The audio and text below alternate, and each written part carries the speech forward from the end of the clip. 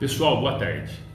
Meio-dia, sino da igreja matriz da nossa cidade, Santuário de São Sebastião, tocando, e nós iniciando essa possibilidade de bate-papo com vocês através do Facebook e do Instagram para informá-los sobre os andamentos do enfrentamento do Covid-19 na nossa cidade e também o nosso planejamento da retomada das atividades econômicas, principalmente aquelas vinculadas ao comércio, que ainda estão de quarentena segundo o decreto estadual.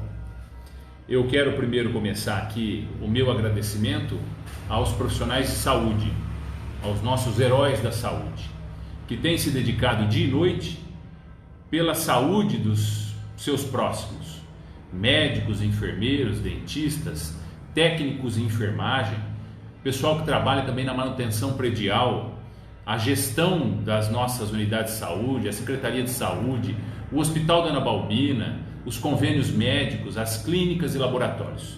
A todos vocês a nossa gratidão e o nosso reconhecimento por esse trabalho tão privilegiado, não por conta dos benefícios, mas pela relevância do trabalho que cada um de vocês carregam e pela responsabilidade com a vida das pessoas.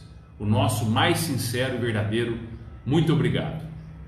Quero também aproveitar esse momento e dizer para vocês que já há alguns dias eu tenho trabalhado junto à nossa equipe o desejo da retomada da atividade do comércio. O que existia no pano de fundo ainda era um entendimento que ainda não é claro, mas desde ontem, com uma decisão do Supremo Tribunal Federal, passa a nos permitir uma nova interpretação de se todos os municípios vinculados ao Estado estavam automaticamente determinados pelo decreto estadual ou não. Ontem o Supremo Tribunal Federal fez uma sessão virtual e julgou uma ação contra uma medida adotada pelo presidente da República que dá a entender que os municípios têm tanto grau de autonomia e responsabilidade quanto o governo estadual e o governo federal na sua tomada de decisão. Então, mediante a isso, nós agora retomamos a discussão da possibilidade da retomada gradativa das atividades econômicas que até então estavam paralisadas pela quarentena. Aproveito para dizer também que essa retomada não é algo de uma decisão simples ou purista. Ela é carregada de responsabilidade.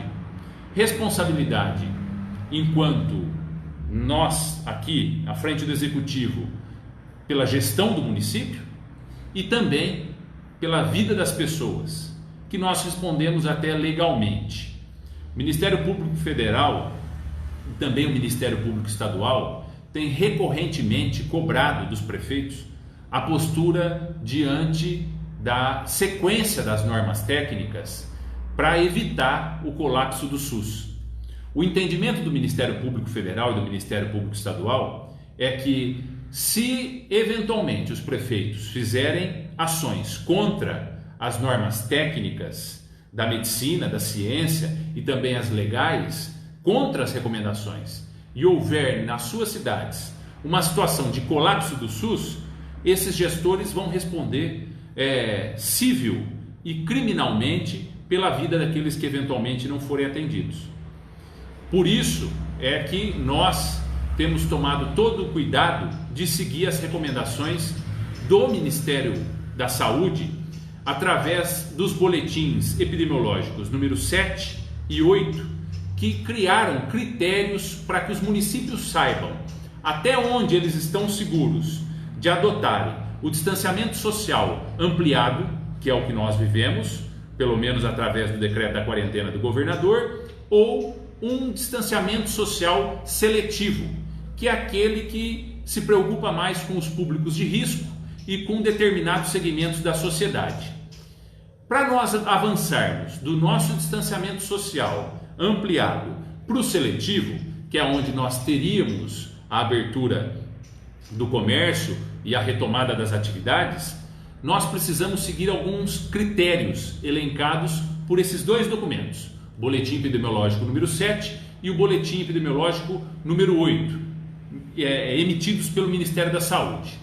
E entre os requisitos estão a disponibilização dos exames em quantidade suficiente, a disponibilização dos EPIs para os colaboradores da área da saúde em quantidade suficiente, a disponibilização dos medicamentos em quantidade suficiente, dos leitos hospitalares e, eventualmente, até da necessidade de um hospital de campanha.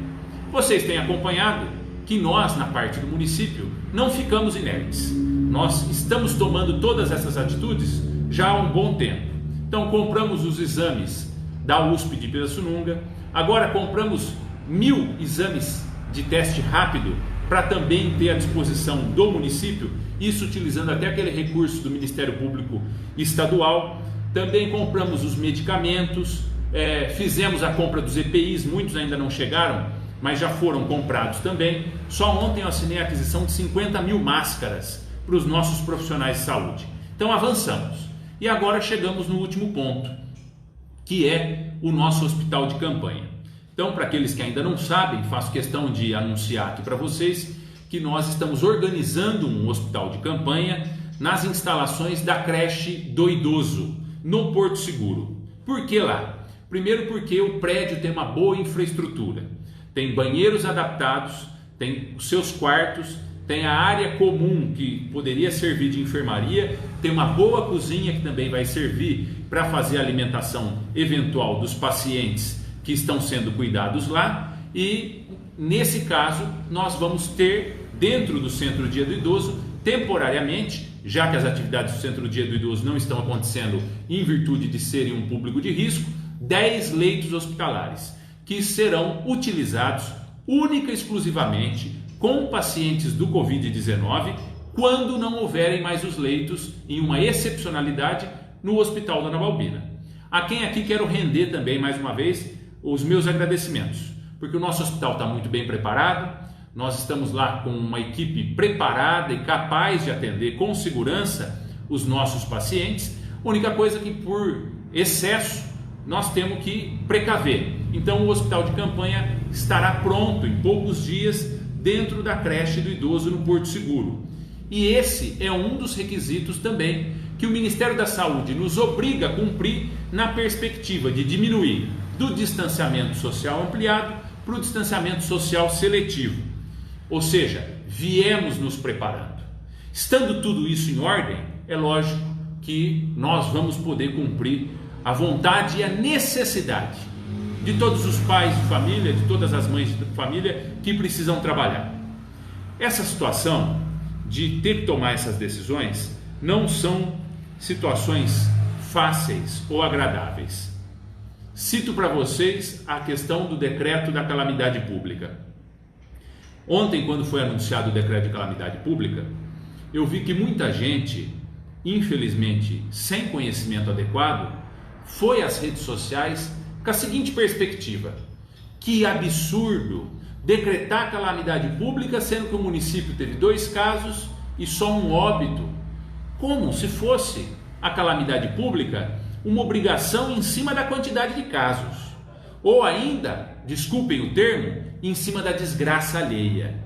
A calamidade pública, para aqueles que são desinformados e não têm essa informação, é um requisito legal disposto pela Constituição Federal, principalmente pelo zelo com a sociedade no que permite o gestor, o único responsável pelo comando administrativo do executivo no município, no caso eu, desobrigar eventuais gastos para poder gastar na vida das pessoas, na manutenção da saúde das pessoas.